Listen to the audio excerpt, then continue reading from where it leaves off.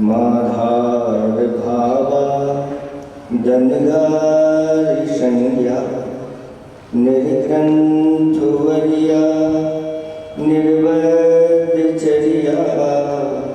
स्वस्ति ज्ञान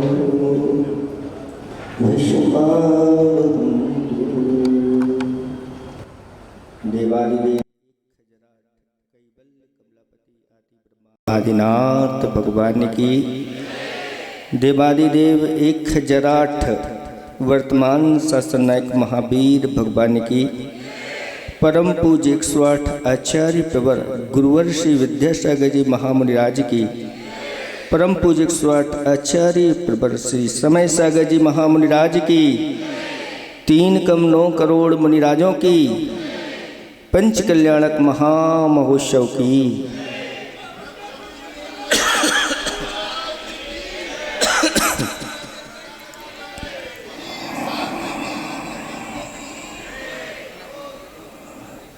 धर्म स्नेही बाबाओं, आचार्य भगवंत ने एक खाई को लिखा है, व्यापक कौन, व्यापक कौन, गुरु या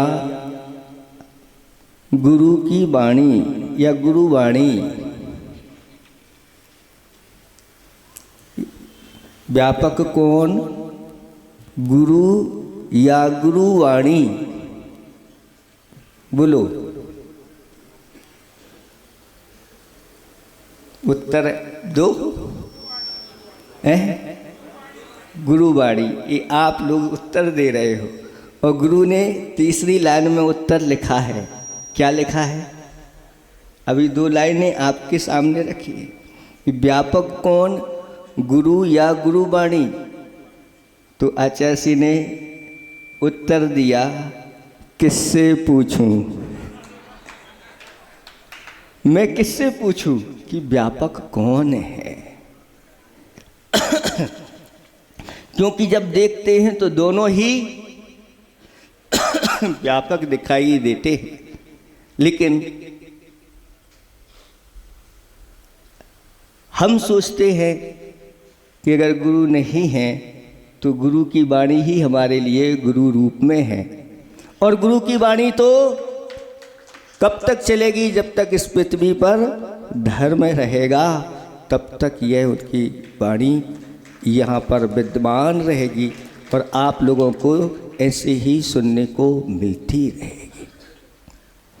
लेकिन फिर भी आचार्य जी ने ये जब कहा कि किससे पूछूं, क्योंकि उनके सामने अब गुरु नहीं है, नहीं तो वे गुरु महाराज से पूछते, इसलिए हम भी कहते हैं कि किससे पूछूं। फिर भी सब चिंतन मनन करके आप लोग कहते हैं कि गुरु वाणी। लेकिन आचार्य भगवान कहते हैं गुरु वाणी आई कहाँ से? तो गुरु से आई है। तो मूल ही रहेगा, आगे जाकर के उनके द्वारा ही चूल पर पहुंचाया जाता है। ऐसे ही आचार्य भगवंत ने एक दोहा लिखा है कि आत्म में ना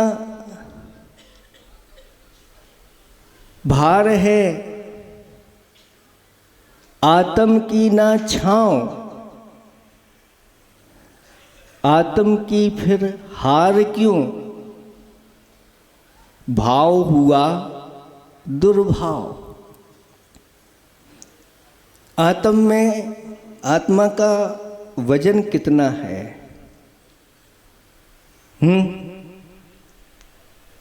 तोल के देखा है? महाराज हम तो तोलते हैं, कोई कहता है हम तो 90 किलो के हैं, कोई 80 किलो के होते हैं। तो ये किसका वजन है? कहते हैं तो बहुत वजनदार आदमी है। ये वजन किसका है? तो ये वजन तो आपका आपके शरीर का है। वो घटता चला जाता है और बढ़ता भी है। तो आत्म में न भार है, आत्म की न छाँव। आत्मा का कोई वजन नहीं होता, वजन तो पुद्गल का होता है, लेकिन आत्मा वजनदार बहुत होती है, ये तो मान के चलना। क्योंकि ऐसे वजनदार लोग का प्रभाव कितना होता है। जब ऐसे ही वजनदार आत्मा एक हमारे लिए आचार्य भगवंत के रूप में मिली, तो उनकी वजनदारी से कितना बड़ा ये देश उन्नति को प्राप्त हुआ। और सभी जैन जैनेतर लोग उनको अपने हृदय में आज भी विराजमान करके चलते हैं। और जब भी उनको स्मरण करते हैं तो अभी भी महीने हो गए लोग कह रहे हैं, स्थिति हम लोगों की अभी वही बनी हुई है। हम लोग स्वीकार, हमारा मन हमारा हृदय स्वीकार ही नहीं करता कि आचार्य श्री हमारे सामने नहीं है। ऐसे वजनदार लोगों की वजनदारी पूर्व में की हुई भावनाओं का परिणाम होता है। पूर्व में यह आत्मा जैसी भावना करता है वैसे ही प्रभावना होने लगती है, और अगर कुभावना से युक्त होता है तो अप्रभावना का कारण भी बन जाती है। आज गर्भ कल्याणक के पूर्वार्ध का दिवस है कि जो गर्भ में आने वाला जीव है उसने भी पूर्व भाव में, ऐसे ही भगवान के समुश्रण में वह जीव बैठा हुआ था। हाथ जोड़ करके सम्यक दृष्टि जीव था और भगवान के जैसे ही स्वरूप को देखा तो विशुद्धि उसकी ऐसी निर्मल होती गई। और कब वह ऐसी भावनाओं में डूब गया स्वयं को कुछ पता नहीं। और कुछ समय बाद भगवान से वह प्रश्न करता है कि हे प्रभु, जैसा वैभव आपने प्राप्त किया है, यहाँ भी कोई ऐसा जीव है जो आप जैसे वैभव को प्राप्त होगा, जगत के कल्याण का करने वाला होगा। तो भगवान कहते हैं, अभी अभी तुमने तीर्थंकर प्रकृति की भावनाएं करके उस तीर्थंकर प्रकृति का वंद कर लिया, और अब आगे जाकर के तुम इस भरत क्षेत्र के प्रथम तीर्थंकर के रूप में तुम्हारा जन्म होगा। ऐसा ये भावनाएं अपने आप में बहुत महत्वपूर्ण भावनाएं, ये व्यक्ति को, आत्मा को बहुत पावरफुल बनाने वाली भावनाएं हैं। चाहे असंयत सम्यक दृष्टि ही क्यों ना हो, भले उसके कोई व्रत नहीं है, भीतर से सम्यक दर्शन जिसके प्रचलित हो रहा है, ऐसा केवली सुतकेवली आदि का जब पाद मूल मिल जाता है और वहाँ पर ऐसी विशुद्धि करता है। दर्शन विशुद्धि का अर्थ होता है जिस भावना के माध्यम से सम्यक दर्शन तो है, लेकिन वह सम्यक दर्शन उस समय निर्मलता को प्राप्त हो जाए, उसमें कहीं भी दोष नजर नहीं आए। 25 दोषों से रहित 8 अंगों से परिपूर्ण जब हो जाते हैं, और ऐसे सच्चे देव, शास्त्र और गुरु, आप्त, आगम और गुरु, इनके ऊपर जब दृढ़ श्रद्धान हो जाता है तो उस समय ऐसी निर्मलता बन जाती है कि तीर्थंकर जैसी प्रकृति का वंद वह जीव करने लग जाता है। इसलिए हे बब्बात्माओं, ये भावनाएं ऐसे निमित्तों के माध्यम से ही होती हैं। आप घर में थाली सजा करके और अष्टद्रव्य से पूजा करो, भगवान नहीं है सामने,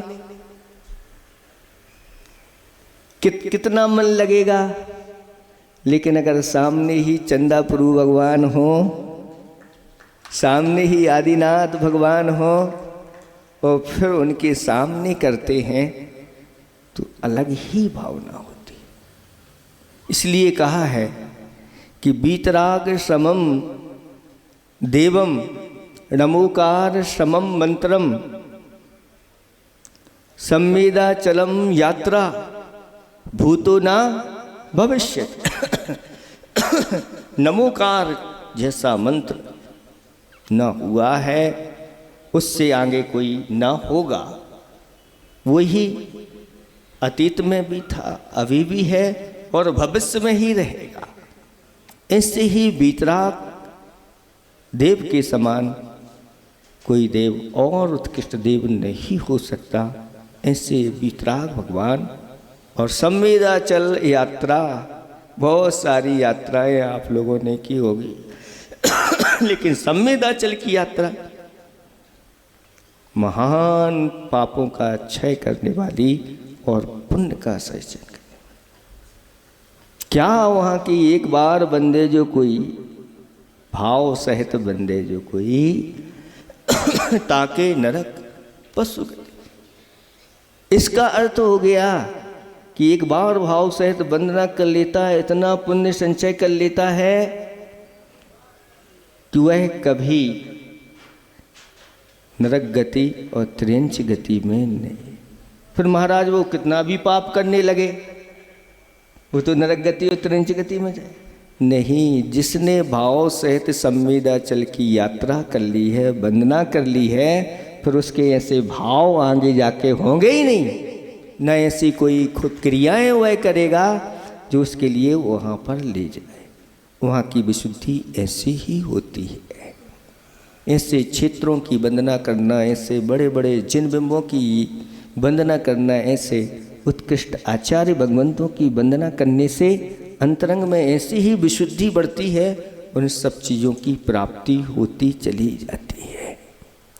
इसलिए अपनी श्रद्धा को मजबूत बना के रखना, अपनी श्रद्धा को डगमगाने मत देना।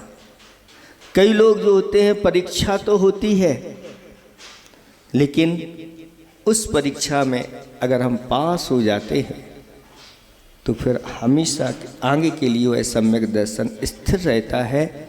और अगर फेल हो गए, हम तो इतना धर्म करते हैं, हमारे इतने व्रत हैं, हम इतना सब दान करते हैं, फिर भी ये आपत्तियां हमारे ऊपर आ रही हैं। इसको ऐसे समय में अपने आप को संभलना और दूसरों को संभलना बहुत जरूरी होता है।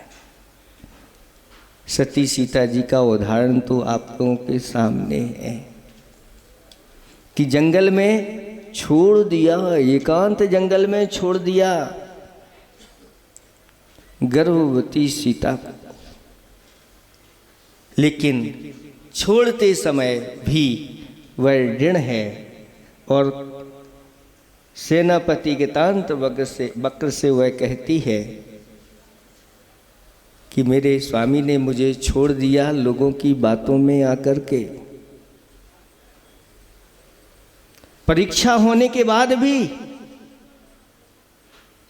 हमारे स्वामी से बस इतना ही कहना कि मुझे जैसे छोड़ दिया है, लोगों की बातों में आकर के अपने धर्म को मत छोड़ना, अपने गुरुओं को मत छोड़ना, अपनी छिनवाणी को मत छोड़ना।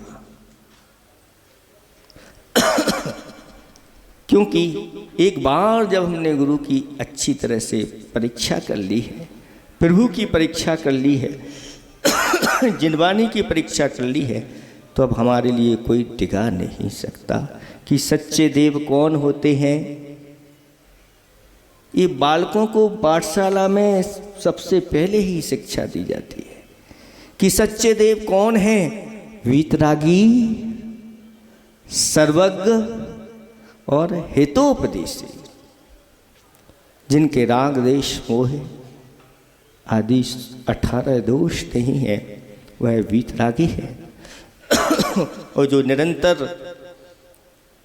बिना आँख उठाए अपने केवल ज्ञान में सबको जानते हैं, वह सर्वज्ञ कहलाते हैं।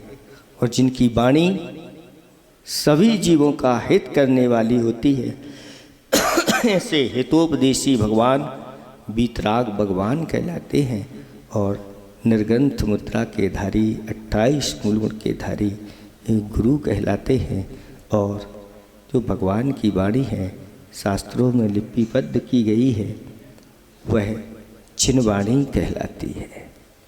ऐसा जब दृढ़ श्रद्धान होता है व्यक्ति के लिए, एक बार भी श्रद्धान होकर के वह आगे बढ़ जाता है, बहुत जल्दी उसके लिए विश्व की सर्वश्रेष्ठ वस्तुएं प्राप्त हो जाती हैं। इसलिए कहा है कि आस्था से आसमान पर चढ़ता है आदमी, और आस्था के बिना जमीन पे गिरता है आदमी। आस्था से क्या नहीं होता बंधुओं, आस्था से ही तो महाराज चिन्हराज बनता है आदमी, बिना आस्था के नहीं। इसलिए दर्शन विशुद्धि भावना अपने आप में बहुत महत्वपूर्ण भावना है, ये मूल भावना है। और अगर ये नहीं है तो बाकी सारी भावनाएं भाते रहो तो भी तीर्थंकर प्रकृति। एक साथ 15 भावनाएं भाई जा रही हों, लेकिन अगर दर्शन विशुद्धि नहीं तो भावनाएं वो है तीर्थंकर प्रकृति का बंद कराने में समर्थ नहीं है। लेकिन दर्शन विशुद्धि है तो फिर आचार्य गुण कहते हैं इनमें से कोई भी अगर एकाध भी भावना भा रहा है तो भी उसके लिए तीर्थंकर प्रकृति का बंध हो जाएगा। दूसरे नंबर पर विनय संपन्नता रखी है। जो व्यक्ति विनय से संपन्न रहता है, लबालब भरा रहता है, वही गुणवान कहलाता है। आपने देखा होगा वृक्ष है, जो वृक्ष फलों से लदा होता है वह झुका सा लगता है, झुका हुआ होता है, क्योंकि उसके पास फल है, गुण है। ऐसे ही जो देवशास्त्र गुरु के प्रति झुकता है वह धर्म से गुणों से लबालब भर जाता है। कुएं से पानी आप लोग भरते हैं बाल्टी से, बाल्टी जैसे ही धीरे धीरे कुएं में जाती है और पानी के ऊपर खड़ी हो जाती है तो उसमें पानी भरता है क्या? नहीं भरता। क्यों?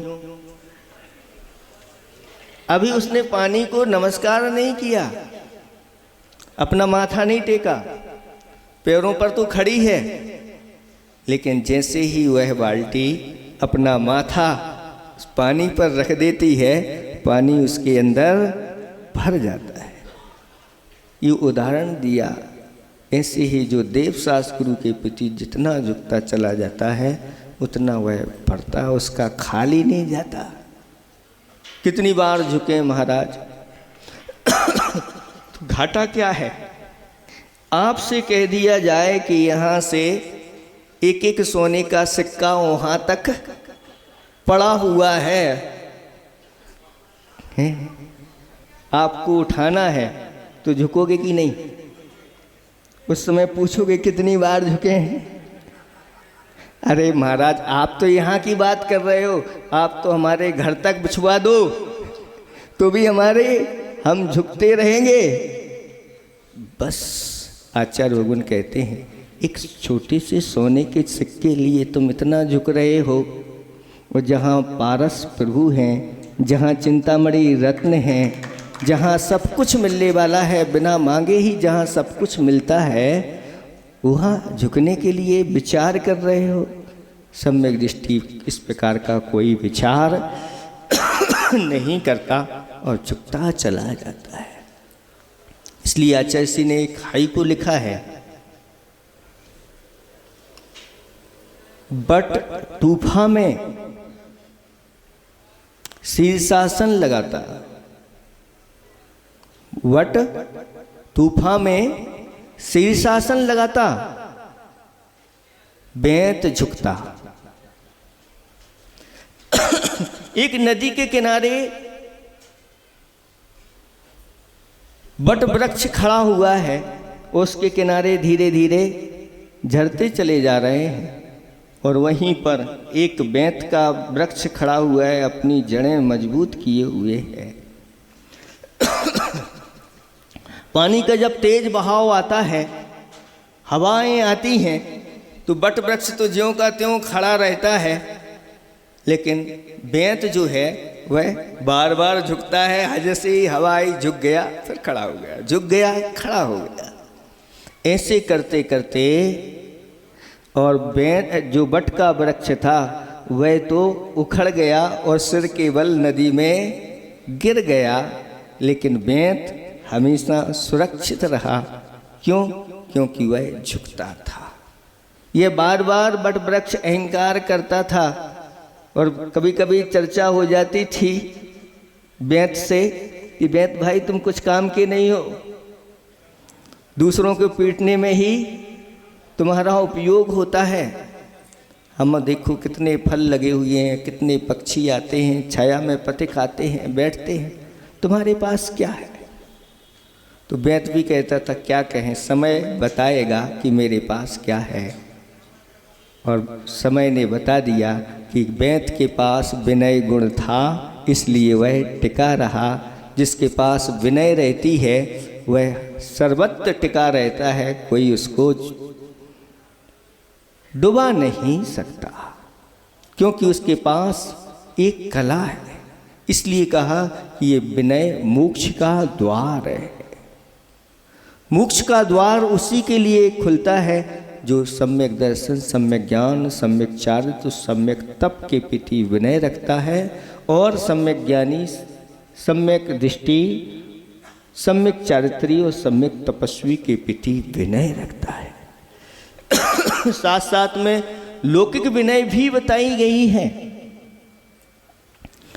हमने आपको एक बार बताया होगा, सुना होगा आप लोगों ने कि गुरु जी के मुख से ऐसा सुना था कि जब वह पाठशाला जाते थे, कौन सी धर्म वाली पाठशाला नहीं, यही लौकिक पाठशाला, तब उनके जो भी सरस्वती होती थी, जो भी उनकी पुस्तक होती थी, वो अपने सिर पर रख के ले जाते थे, ऐसे विनय के साथ।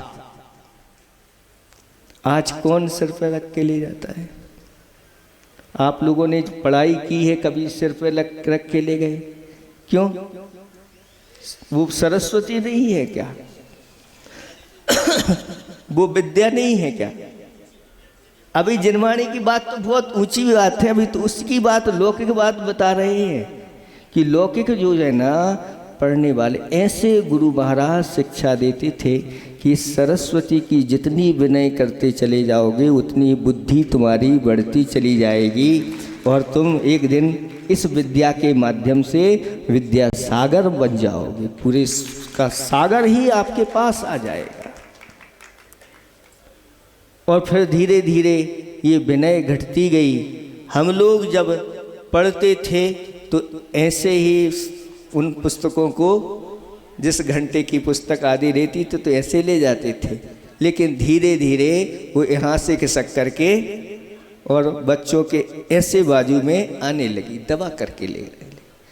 फिर धीरे धीरे ऐसा वस्ता चला कि उसको पीठ पर अब बोझ बन गई, और धीरे धीरे जैसे जैसे आप लोगों की कुबुद्धि रानी बढ़ती गई तो वह बस्ता धीरे धीरे खिसकता गया, और कहाँ लटकता है देख लो, पीठ पे नहीं, पृष्ठ भाग पर वह लटकता हुआ नजर आता है। बड़े बड़े कॉलेजों में जो अगर कोई बस्ते लिए हुए हैं तो देख लो कैसे लटकते हुए।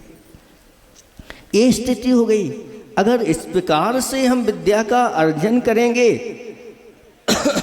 तो विद्या नहीं, कुविद्या ही हमारे ऊपर सवार होगी। सरस्वती देवी हमसे रुष्ट हो जाएगी, और ये रुष्ट हो जाती है तो फिर हमारा कल्याण नहीं होगा। उसी प्रकार से जिनवाणी है, जिनवाणी की जो जितनी विनय करता है वह उतना ही बुद्धि संपन्न होता चला जाता है और आगे जाकर के एक दिन शुद्ध केवलित्व को प्राप्त हो जाता है, केवल ज्ञान को प्राप्त कर लेता है। इसलिए ये विनय अपने आप में महत्वपूर्ण है। अगर आप नहीं कर पा रहे तो बार बार भावना तो करो, हे भगवान मुझे ऐसी सद्बुद्धि मिले कि मैं निरंतर देव शास्त्र की विनय कर सकूं, झुक सकूं। ऐसी बार बार भावना करते हुए भी ऐसा ही पुण्य संचय हो जाता है। इसमें कुछ क्या लग रहा है आपका भावना करने में? आचार्य भगवान कहते हैं ना तो कोई पैसे देने पड़ रहे हैं, ना कोई उपवास आदि करना पड़ रहा है, कुछ नहीं करना। सिर्फ बैठे बैठे आप भगवान के दरबार में, मंदिर में, वेदी में, जहाँ भी बैठ जाओ और हाथ जोड़ करके बस भावना करो। कुछ लगता नहीं और बहुत कुछ प्राप्त हो जाता है। ऐसी ये भावना है, ऐसी भावना है बैठ कर। शील व्रतों का मैं निरतिचार पालन करूं। अगर नहीं भी है तो भगवान मुझे ये व्रत प्राप्त हो। व्रत के साथ साथ जो व्रतों की वृद्धि करने वाले होते हैं वो शील कहलाते हैं। जैसे अणुवृत्ति कोई है तो 5 अणुव्रत होते हैं और 7 शील होते हैं। ऐसे ही 5 महाव्रत होते हैं तो उनकी महाव्रतों की रक्षा वृद्धि के लिए समिति आदि होती हैं, ये सब शील कहलाते हैं। तो इस प्रकार की जिनके पास ये व्रत हैं वह भावना ऐसा करता है कि बार बार ये व्रत मेरे निरतिचार पालन हो, निरतिचार पालन हो, ऐसे भगवान से प्रार्थना। और जिसके पास व्रत नहीं है वह सम्यक दृष्टि भी कहता है मुझे ये व्रत मिले, और जब ये व्रत मिले तो मैं इनको निरतिचार पालन करूं। ऐसा वह व्यक्ति ऐसी पुण्य का संचय कर लेता है। तो फिर आगे कहते हैं कि अभीक्ष ज्ञानोपयोग, निरंतर ज्ञान की भावना में अपने मन को लगाए रखना।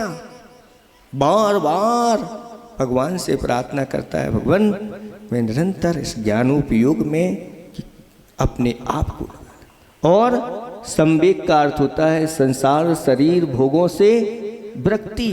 बार बार ऐसी भावना करता है, भगवान मैं इन संसार शरीर भोगों से विरक्त हो जाऊं। अनादिकाल से मैं इनमें आसक्त रहा हूं, उसके कारण से आज मैं अपने आत्मा को परमात्मा नहीं बना पाया। ऐसी बार बार भावना करता है। फिर इसके बाद भावना आती है शक्ति के अनुसार त्याग करने की और तपस्या करने की। हे भगवान मुझे इतनी शक्ति देना, मैं अपनी शक्ति को ना छिपाऊं, शक्ति के अनुरूप मैं त्याग करूं, दान करूं, शक्ति के अनुसार मैं तपस्या करूं। क्योंकि इस तपस्या के माध्यम से ही आत्मा परिशुद्ध होती है, इसके बिना आत्मा की शुद्धि नहीं होती। ऐसी बार बार भावना वह करता रहता है और ऐसे ही पुण्य का संचय करता रहता है। फिर इसके बाद वह भावना करता है, हे भगवान निरंतर मैं साधु के धर्म ध्यान आदि में उनकी अनुकूलता बना सकूं। ये भावना कहलाती है साधु समाधि भावना। और जब आवश्यकता पड़ी तो उनकी वैयावृत्ति में तत्पर हो जाओ। शास्त्रों में एक बहुत ही वह रोचक कथा आती है कि एक बिना पढ़ा लिखा ग्वाला, ग्वाला तो गंवार कहलाता है ना, जो गायें चराने जाता है वह कौन है? ग्वाल कहलाता है। पढ़ा लिखा नहीं होता। कहते हैं अगर पढ़ोगे लिखोगे नहीं तो ढोर चराना पड़ेगा। बुंदेलखंड में कहावत है कि पढ़ोगे लिखोगे नहीं तो ढोर चराओगे, यानी ग्वाला बनो। लेकिन उस ग्वाले की बुद्धि देखो कैसी होनहार बुद्धि थी कि एक मुनिराज आकर के वृक्ष के नीचे विराजमान हो गए। ठंडी का समय साए साए करके हवाएं चल रही थीं और जब उसने देखा कि ये पूरी रात्रि कैसे यहाँ निकालेंगे ऐसी ठंडी में, इनके पास कपड़े नहीं हैं, रहने को स्थान नहीं है, खुला स्थान है, मैं ऐसा कांप रहा हूँ। और उसके मन में ऐसी बात आ गई और वह अपनी गायों को छोड़ करके सेठ जी के यहाँ और वापस आया और उन मुनिराज के सामने कुछ लकड़ियों को इकट्ठा किया और अग्नि जला करके उनके ही सामने बैठ गया और अपने हाथों को गर्म करता और मुनिराज को सेंक करके आता। महाराज तो अपने ध्यान में लीन है, न उन्हें किसी से राग है न द्वेष है, वह अपने युग में लीन है। लेकिन वह ग्वाला पूरी रात उनकी बैयावृत्ति करता रहा। उसने कोई शास्त्र नहीं सुने, अध्ययन नहीं है। लेकिन बहुत सारे ऐसे लोग होते हैं जो बड़े बड़े ज्ञानी हो जाते हैं, उनसे पूछना कि भैया कितने दिन तुमने गुरु के चरण पर सेवा की है? तो कहते हैं भैया क्या करना गुरुओं की सेवा करके, आत्मा का ध्यान करो, आत्मा की चर्चा करो और उस आत्मा को प्राप्त हो जाओगे। लेकिन उस ग्वाले ने इस प्रकार की बुद्धि नहीं लगाई और ऐसा उसने पुण्य संचय कर लिया। और जब महाराज की आंखें खुली तो उन्होंने उस बालक को आशीर्वाद दिया और ऐसा आशीर्वाद दिया और नमोकार मंत्र प्रत्येक कार्य के प्रारंभ में तुम इसको करना बस। और हुआ यूँ कि एक दिन उसकी गायें बाहर चली गई, नदी के उस पार चली गई। उनको लेने के लिए जैसे ही नदी में कूदता है और नमो अरिहंताड़म कहते हुए कूद जाता है और उसके पेट में एक लकड़ी का ठूठ घुस जाता है, उसी समय उसकी मृत्यु होती है। लेकिन वह सेठ जी के यहाँ गायें चराने जाता था और विचार करता है सेठ जी बहुत धर्मात्मा है, मुझे भी ऐसे धर्म की प्राप्ति हो, ऐसी भावना के साथ मरण को प्राप्त हो गया। और सेठ जी के यहाँ ही जाकर के उसका जन्म, गर्भ में आकर के जन्म हो गया और जन्म के बाद उसका नाम रखा गया सुदर्शन सेठ। जो आज जिनके पुराण लिखे हुए हैं, पढ़ लो, सील में प्रसिद्ध हुए। और सुदर्शन सेठ उसी भाव में दिगंबर मुद्रा को धारण करके केवल ज्ञान प्राप्त करके सिद्धालय में विराजमान है। एक ग्वाले की बुद्धि देखो कितनी तीव्र हो गई, कितनी काम कर गई। इस प्रकार से ये सारी चीज़ें विचार करके ये सब करना चाहिए। ये भावनाएं चल रही हैं, साधु समाधि, बैया व्रत, फिर इसके बाद अरहत, आचार्य, उपाध्याय और इन प्रवचन शास्त्र आदि की भक्ति भी अपने आप में ऐसे तीर्थंकर प्रकृति का वंद करा देती हैं। साथ साथ में श्रावक के जो आवश्यक होते हैं उन आवश्यकों का पालन करना आवश्यक वो कहलाते हैं। अवश्यम करोति इति आवश्यकम, जो अवश्य करना चाहिए, किसी दूसरे कार्य के बस में ना हो करके पहले ये करना चाहिए। क्या है वह आवश्यक? देव पूजा, गुरु पास्ति, स्वाध्याय, संयम, तपा, दानम, चेति, कृष्णाणा, षट कर्माणी, दिने दिने प्रतिदिन इनको करना चाहिए। बाकी सब चीज़ें गौण कर दो, लेकिन ये चीज़ जरूर होना चाहिए। और फिर भी आप लोगों को कहा कि अगर ये पूरे आवश्यक नहीं कर पा रहे हो तो इनमें भी दो मुख्य हैं, दान और पूजा। ये दो कर लेना, तुम्हारा श्रावक धर्म सुरक्षित रहेगा। और दान पूजा में लगा हुआ श्रावक मोक्ष मार्ग में लगा हुआ है, मोक्ष मार्ग पर वह चल रहा है, इसमें संशय नहीं करना। जैसे मुनिराज चल रहे हैं, वह भी श्रावक पीछे पीछे है। और हो सकता है आगे जा कर के उसका पुण्य इतना बढ़ जाए कि आगे भी हो सकता है। इसमें कोई कह नहीं सकते कब किसकी भावना क्या कर जाए। इसलिए ये भावनाएं भावनाशनी हुआ करती हैं। इसी प्रकार से मार्ग की प्रभावना के लिए जो हमेशा तत्पर हो जाते हैं, आगे आ जाते हैं।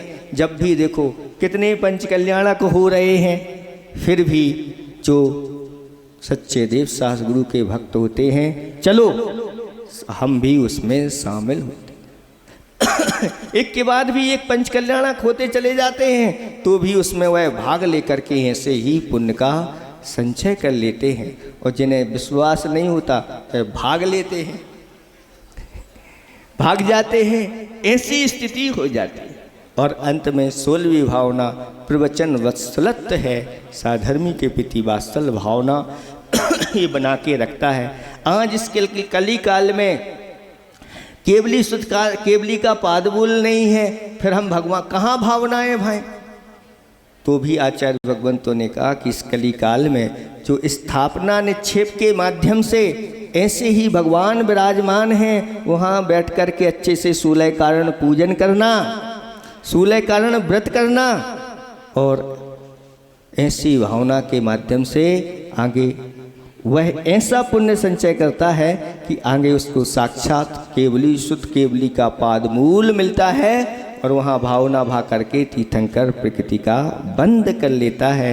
ऐसे ही उस जीव ने ये तीर्थंकर प्रकृति का बंद किया है। अब वह कहाँ पर आने वाला है ये आपको आगे मिलेगा। इतना ही हम पर्याप्त समझते हैं। अहिंसा परमो धर्म की। जावाणी के ज्ञान ते सूझे लोकालोक, सो वाणी मस्तकनु सदा देत हो दो। हे जिनवाणी भारती तोई जपो दिन रैन, जो तेरी शरणा गए सो पावे सुख चैन। देव भजो अरिहंत को गुरु सेवा निर्ग्रंथ, दया धर्म पालो सदा यही मोक्ष का अपन।